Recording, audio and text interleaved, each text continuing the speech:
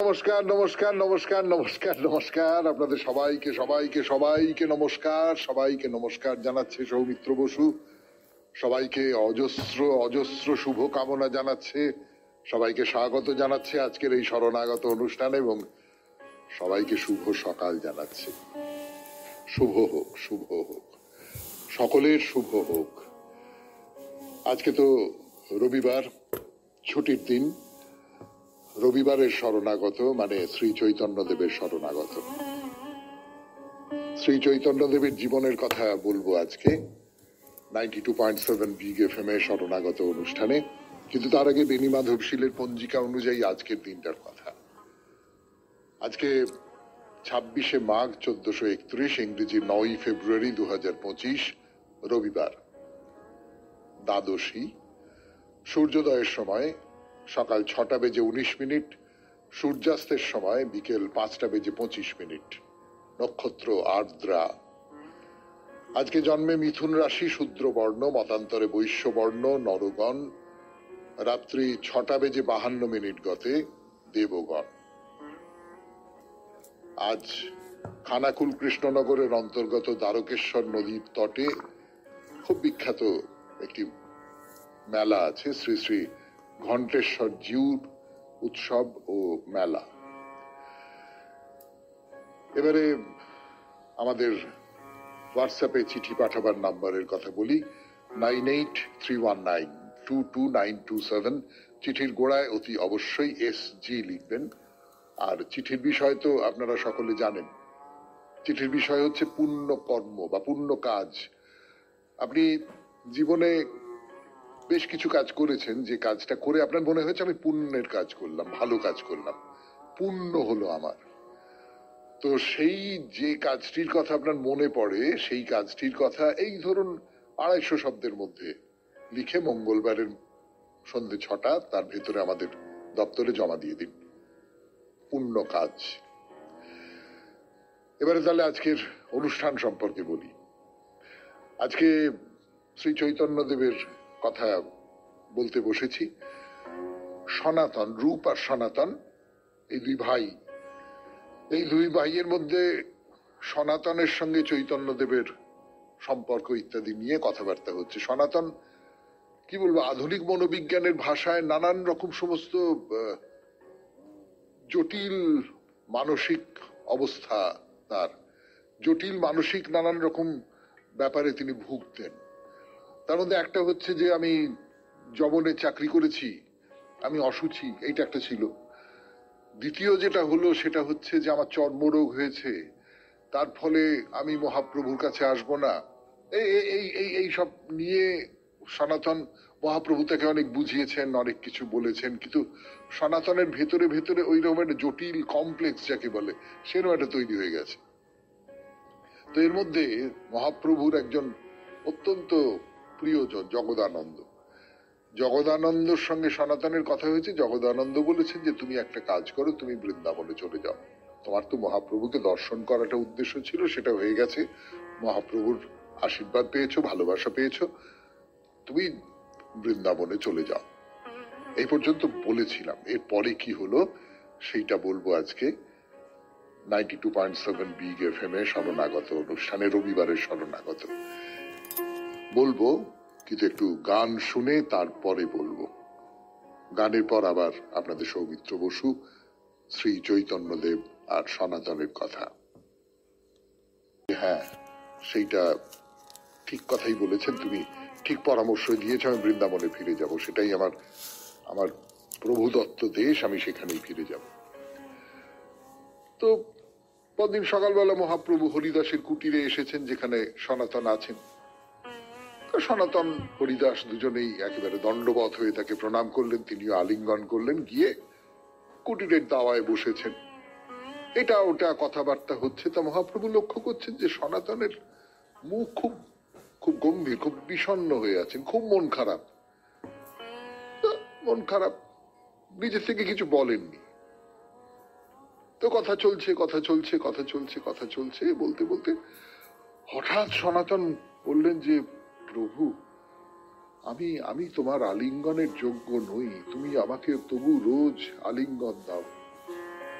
তাতে আমার পাপ হয় তো?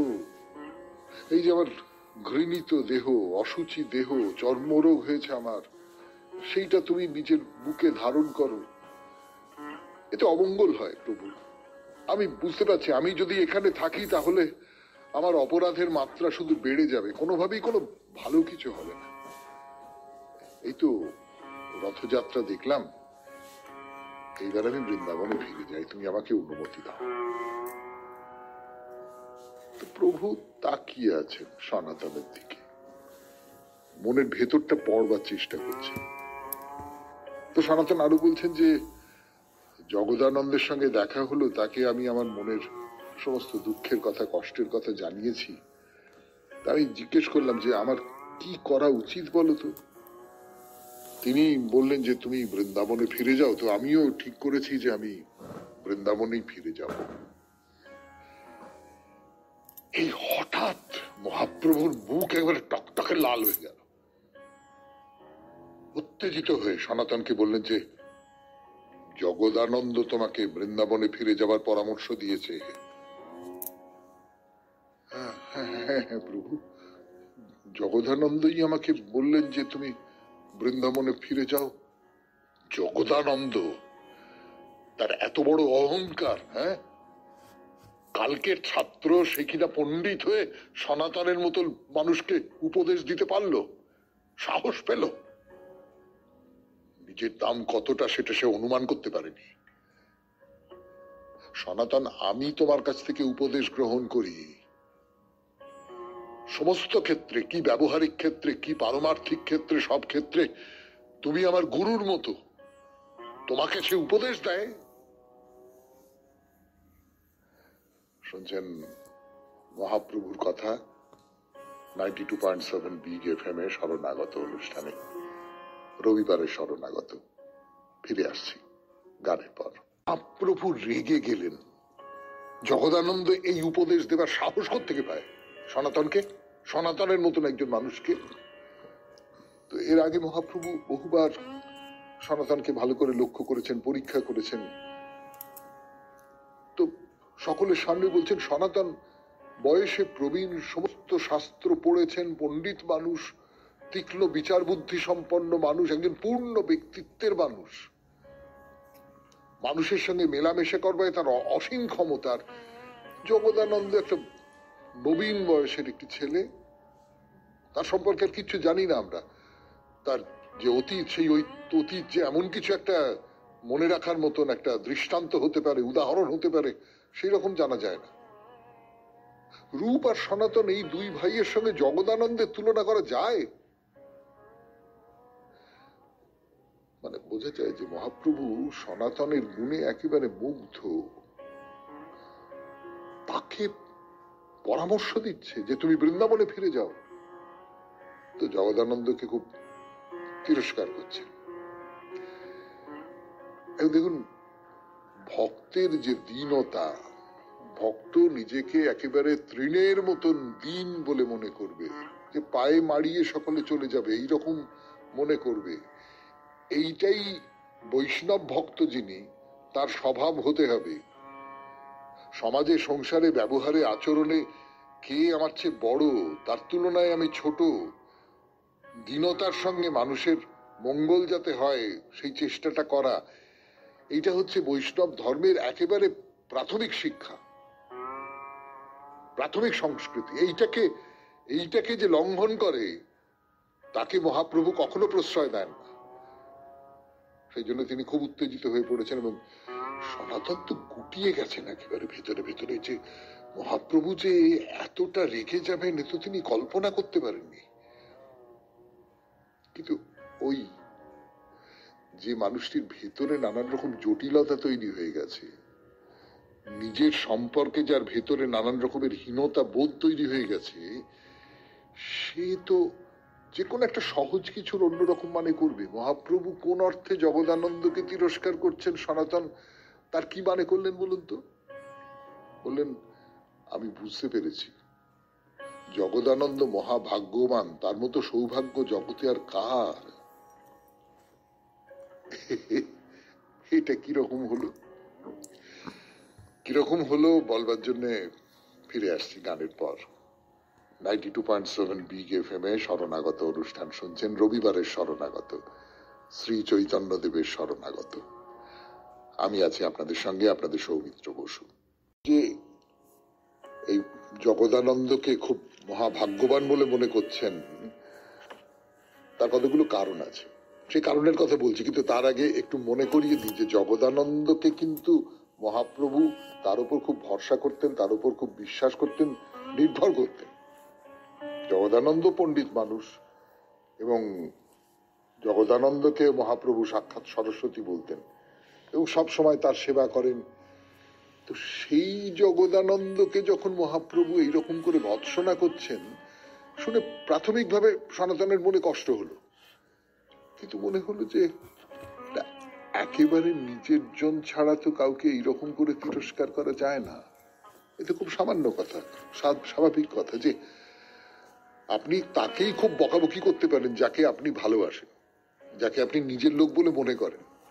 রাস্তায় ঘাটে যে লোকটা রয়েছে তার সঙ্গে আপনি ঝগড়া করতে পারেন, কিন্তু বকাবকি বলতে যেটা বোঝায়, বকাবকির মধ্যে কিন্তু এটা কোথাও একটা ভালোবাসা, কোথাও একটা অধিকার বোধ আছে।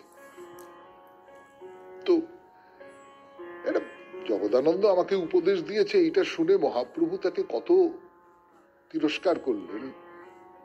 অথচ আমি আত্মহত্যা করব বলে ঠিক করেছিলাম, কত বড় অন্যায় করেছিলাম।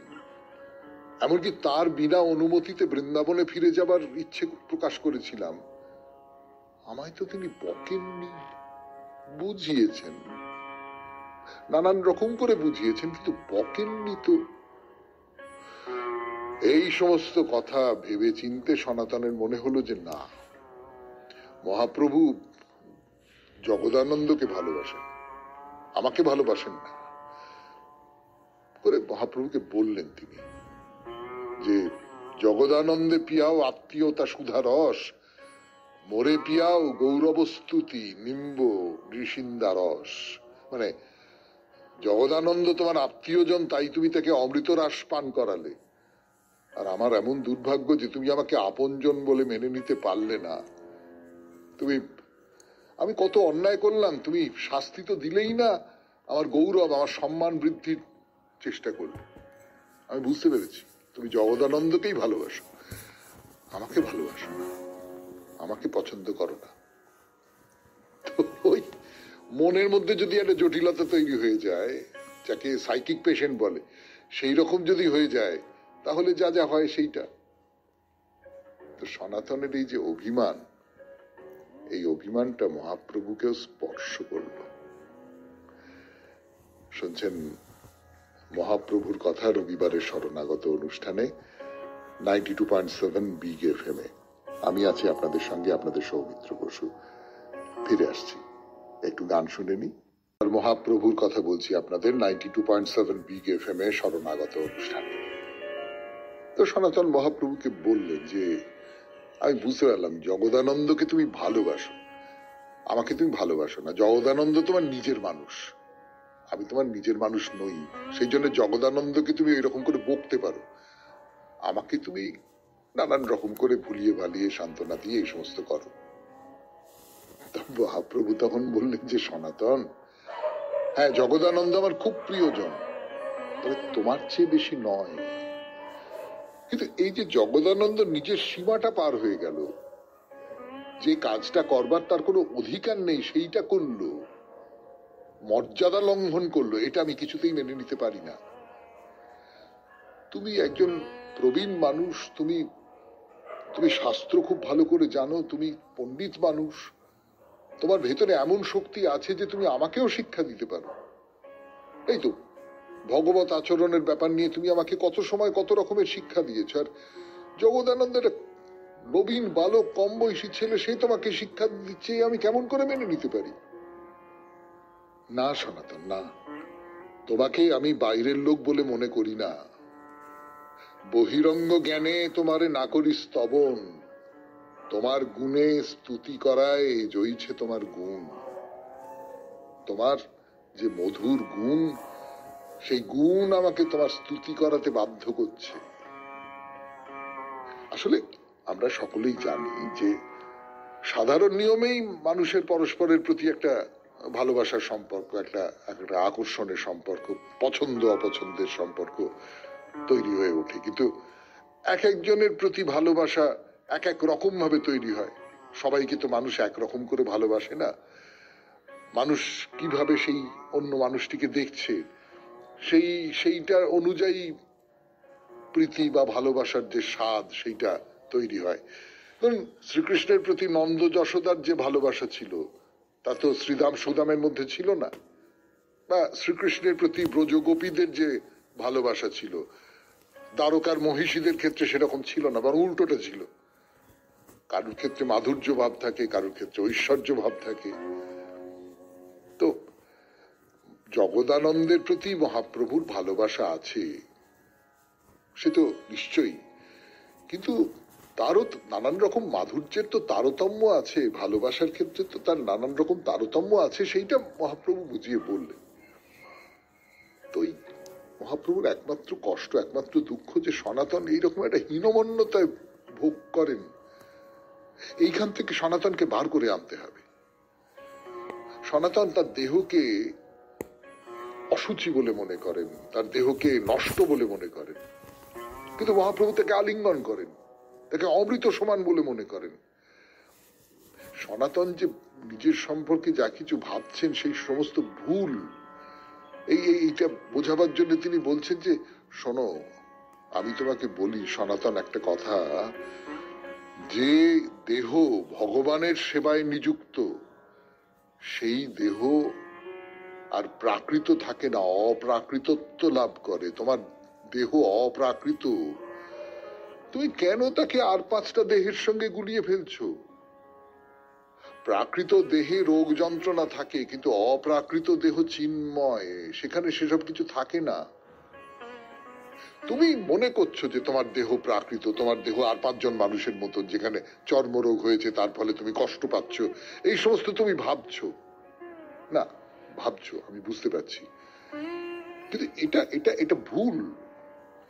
এই যে জড় জগতের মধ্যে ভালো মন্দের যে জ্ঞান, সেটা তো মন থেকে আসে, সেটা ভুল। ব্রহ্ম ছাড়া সমস্তটা ভুল।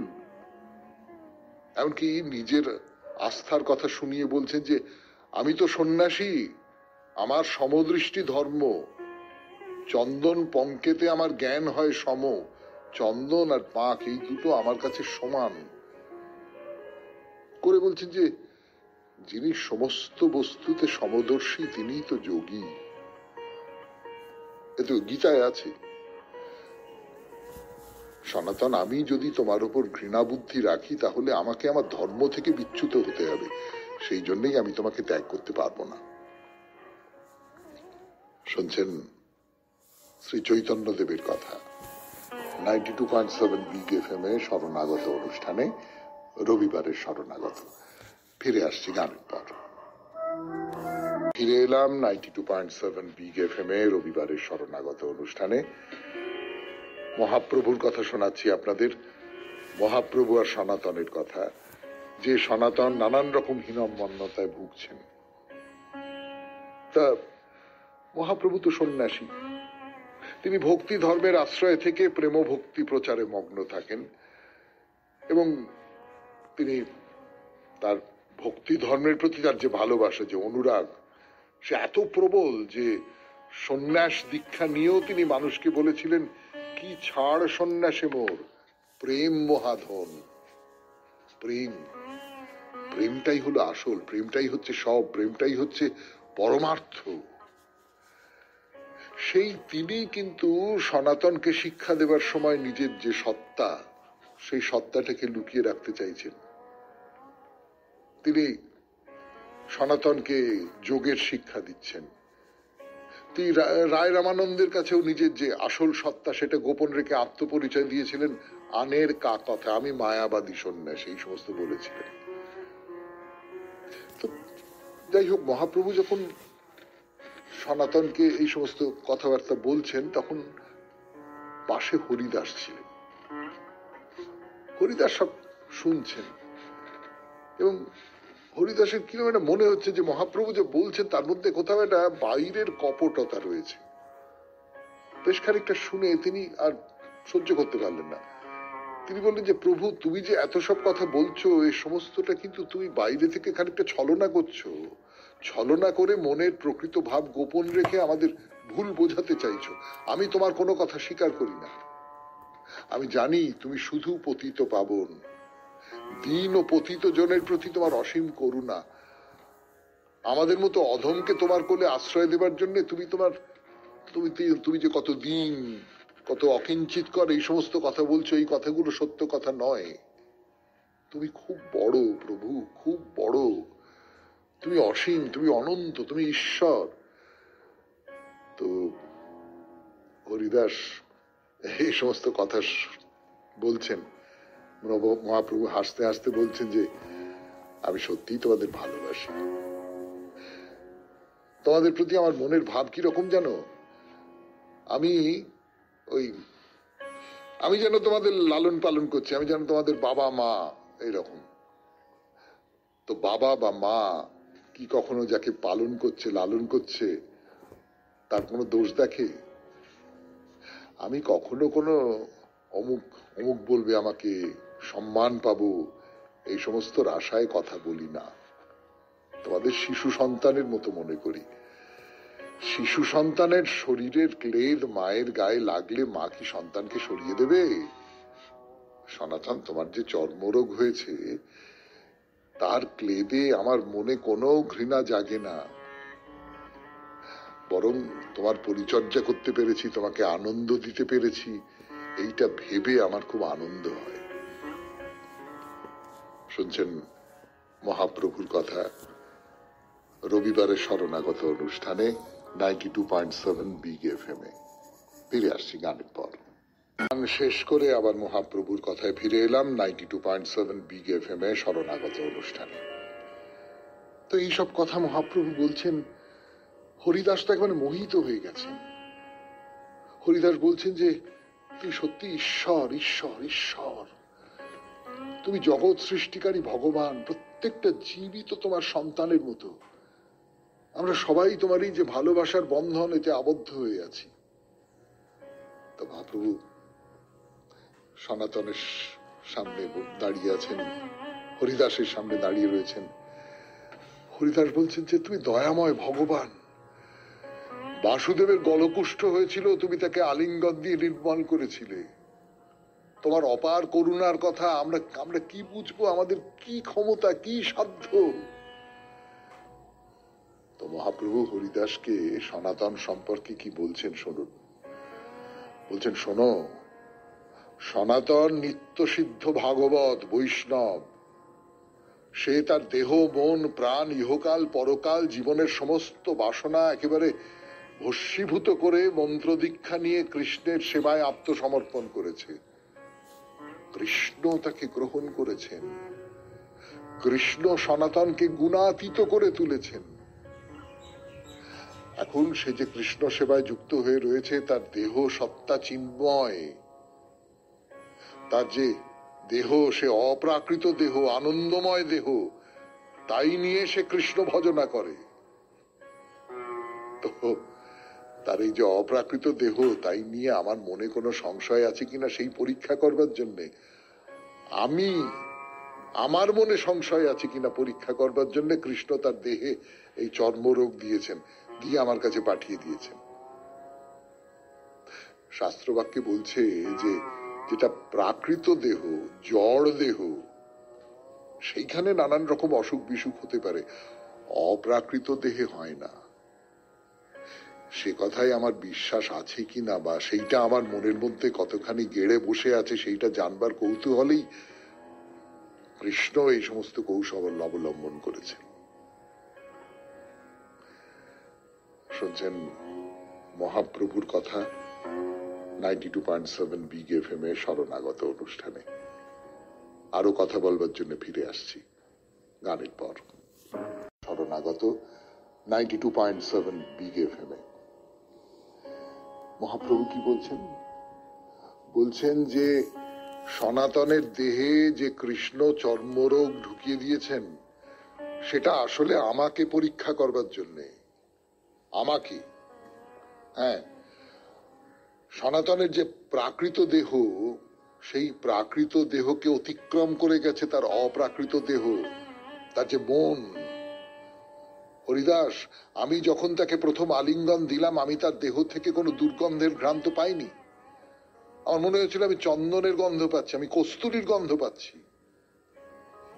সনাতনের দিকে তাকিয়ে মহাপ্রভু বলছেন যে, সনাতন, আমি জোর করে তোমাকে আলিঙ্গন করেছি, তার জন্য মনে কোনো দুঃখ করো না। তোমাকে আলিঙ্গন করে আমার খুব তৃপ্তি হয়, আমার খুব ভালো লাগে, সেই জন্য আমি জোর করে আলিঙ্গন করেছি। তুমি কোনটায় সরে যেতে চেয়েছিলে, আমি সরে যেতে দিইনি। বলে আবার আবার সনাতনকে জড়িয়ে ধরলেন, আবার হরিদাসকে জড়িয়ে ধরলেন, করে সনাতনকে বললেন যে তুমি এই বছরটা তুমি আমার কাছে থাকো, আমি পরের বছর তোমাকে বৃন্দাবনে পাঠিয়ে দেব। আর হরিদাস, হরিদাস তো ভক্ত হরিদাস, আবেগ আপ্লুত হরিদাস, তিনি এই সমস্ত দেখে একেবারে নৃত্য করছেন আর বলছেন, প্রভু তোমার এত লীলা, প্রভু তোমার এত লীলা। তো মহাপ্রভু আর সেখানে না দাঁড়িয়ে থেকে বাসায় চলে গেলেন। মহাপ্রভুর ইচ্ছে, সনাতন সেই বছরটা নীলাচলেই থেকে গেলেন। এবং এই নীলাচলে থাকার জন্যই হোক, মানে পুরীর আবহাওয়াটা তো খুব ভালো, সমুদ্রের ধারে, সমুদ্রের ধারের যে শুকনো হাওয়া, বা মহাপ্রভুর দিব্য স্পর্শ প্রাপ্ত হচ্ছেন, ফলে আস্তে আস্তে আস্তে আস্তে সনাতনের যে চর্মরোগ সেটা কেটে গেল, আবার আগের মতো হয়ে গেল। আবার প্রতিদিন হরিদাসের সঙ্গে থেকে কীর্তন গান করেন, ভাগবত পাঠ করেন, ভাগবত আলোচনা করেন, কৃষ্ণ সেবা করেন, এই সমস্ত করে তার দিনগুলো খুব চমৎকার কেটে যাচ্ছে। তা মহাপ্রভু প্রতিদিন সকালবেলা হরিদাসের ঘরে আসেন, সেখানে সনাতন রয়েছেন, তার সঙ্গেও দেখা সাক্ষাৎ হয়, কাছে বসিয়ে তাকে শিক্ষা দিয়ে ভক্তিশাস্ত্র, রসশাস্ত্র, বৈষ্ণব আচার পদ্ধতি এই সমস্ত নিয়ে কথাবার্তা ইত্যাদি ইত্যাদি হয়। এবং বৃন্দাবনে তুমি কেমন করে কাজ করবে, বৃন্দাবনে কিভাবে বৈষ্ণব ধর্মের প্রচার করবে, তাই নিয়ে মহাপ্রভু সনাতনকে নানান রকম উপদেশ দেন, নানান রকমের আলাপ আলোচনা ইত্যাদি ইত্যাদি হয়, খুব সুখে কাটছে। এইরকম করে প্রায় 9-10 মাস কেটে গেল, সনাতন নীলাচলে আছেন। 92.7 বিগ এফএম এ শুনছেন রবিবারের শরণাগত। আমি আছি আপনাদের সঙ্গে, আপনাদের সৌমিত্র বসু। মহাপ্রভুর কথা বলছি আপনাদের, ফিরে আসছি গানের পর। যায় দিন যায়, সনাতনের দিন কেটে যায়, মহাপ্রভুর সান্নিধ্যে সনাতনের দিন মহা আনন্দে কেটে যায়। শুনছেন 92.7 বিগ এফএম এ শরণাগত অনুষ্ঠান, রবিবারের শরণাগত। কিন্তু ওই যা হয় আর কি, আমাদের সকলের ক্ষেত্রেই হয় যে সুখের দিনগুলো ফুরুত করে চলে যায়, তেমনি করে সনাতন এই যে নীলাচলে আছেন, মহাপ্রভুর সঙ্গে আছেন, প্রায় 9-10 মাস ধরে সনাতন নীলাচলে আছেন। সেই দোলযাত্রা অনুষ্ঠান পর্বের শুরুতে এসে মহাপ্রভুর কাছে আসতে পেরেছেন, তারপর আনন্দের সঙ্গে দিন কাটিয়েছেন, আবার পরের বৈশাখ এসে গেল। তো বৈশাখ মাস পড়লো, এইবার তো বৃন্দাবনে যেতে হবে। বৃন্দাবনে যাবার দিন এসে গেল। মহাপ্রভুর কাছে বসে তার দুটো পা মাথায় ধারণ করলেন, চোখ দুটো জলে ভরে উঠেছে। মহাপ্রভুকে বললেন যে, প্রভু তাহলে সময় হয়ে গেছে, বিদায় দাও, বৃন্দাবনে চলে যাই।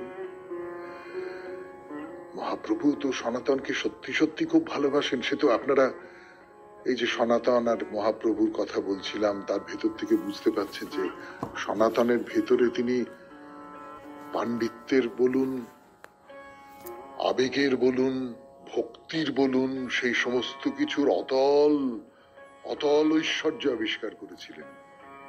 সে কথা বলতে দ্বিধা করেননি।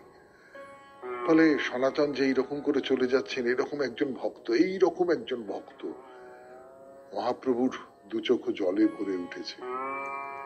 তিনি দুটো হাত সনাতনের মাথায় রাখলেন, রেখে অস্ফুটে স্বস্তি বাচন করলেন,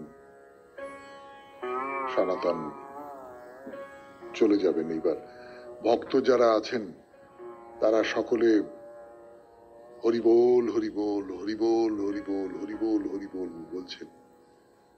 তা মহাপ্রভু সেই সময় সনাতনকে নিজে একবার বৃন্দাবন যাত্রার ইচ্ছের কথা শুনিয়েছিলেন, কিন্তু যেতে পারেননি। অন্তত নিজের দেহে আর কি, এই মরদেহ নিয়ে তিনি আর যেতে পারেননি। ফলে এই সনাতন বৃন্দাবনে চলে গেলেন, মহাপ্রভু নীলাচলে থেকে গেলেন, এই তাদের মধ্যে শেষ দেখা। তো ভক্তরা হরিবোল হরিবোল হরিধ্বনি করছেন, তার মধ্যে দিয়ে সবাইকে আলিঙ্গন করে সনাতন বৃন্দাবনের পথে নামলেন। তার ইচ্ছা ছিল যে মহাপ্রভু যে পথ ধরে বৃন্দাবনে গিয়েছিলেন আমিও সেই পথ ধরেই বৃন্দাবনে যাব। এর আগে বলভদ্রের কথা আপনাদের বলেছি। সেই বলভদ্রের কাছে খোঁজ খবর করেছিলেন যে মহাপ্রভুটি কোন পথ দিয়ে বৃন্দাবনে গিয়েছিলেন। এমনকি মহাপ্রভু যাবার পথে যে সমস্ত জায়গায়, যে সমস্ত নগর, অরণ্য, পাহাড় বা যে সমস্ত জায়গায় তার লীলা বিলাস করেছিলেন সেই ব্যাপারে সমস্ত কথা বলভদ্রের কাছ থেকে জেনেছিলেন। বলভদ্র মহাপ্রভুর বৃন্দাবন যাত্রার সঙ্গী ছিলেন, আপনারা জানেন। তো সনাতন এই যাত্রা শুরু করলেন।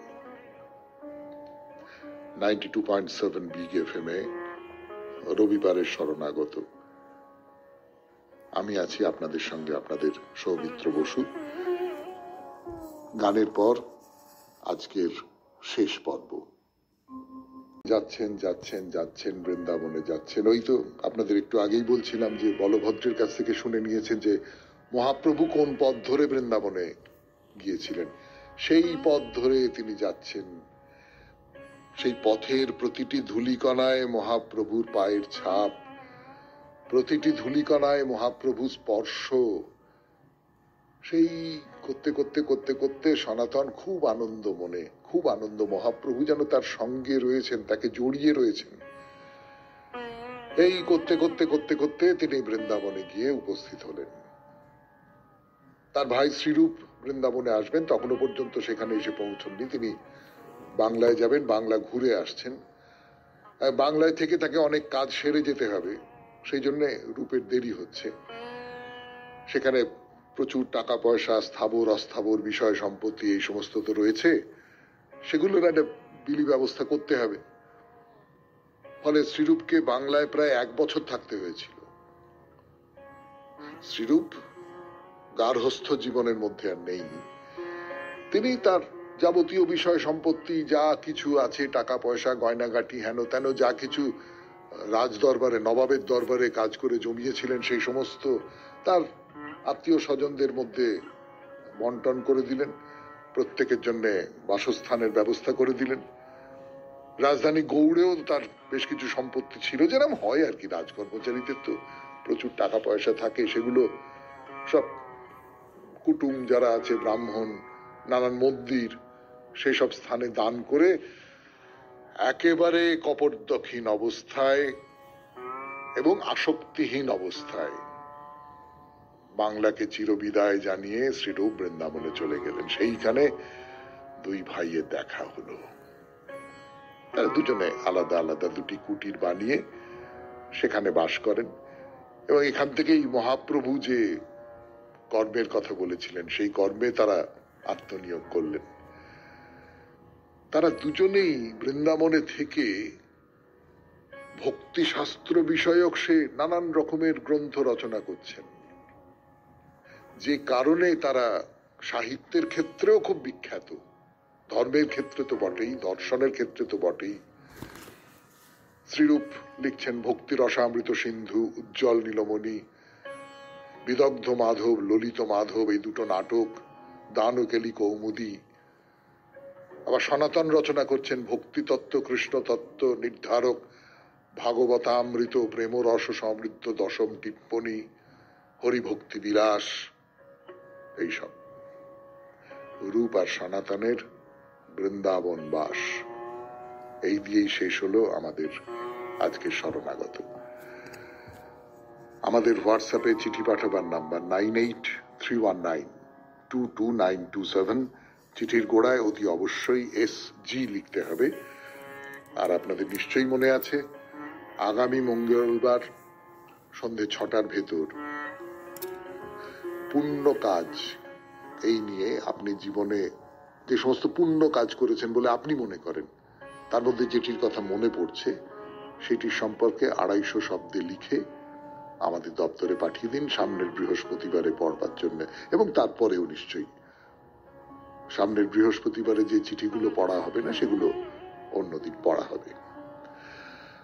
আর একটা ছোট্ট কথা মনে করিয়ে দিই, আজকে সন্ধ্যে 6:30টার সময় যোগেশ মাইম একাডেমিতে আছে মানময়ী গার্লস স্কুল, খুব মজার নাটক।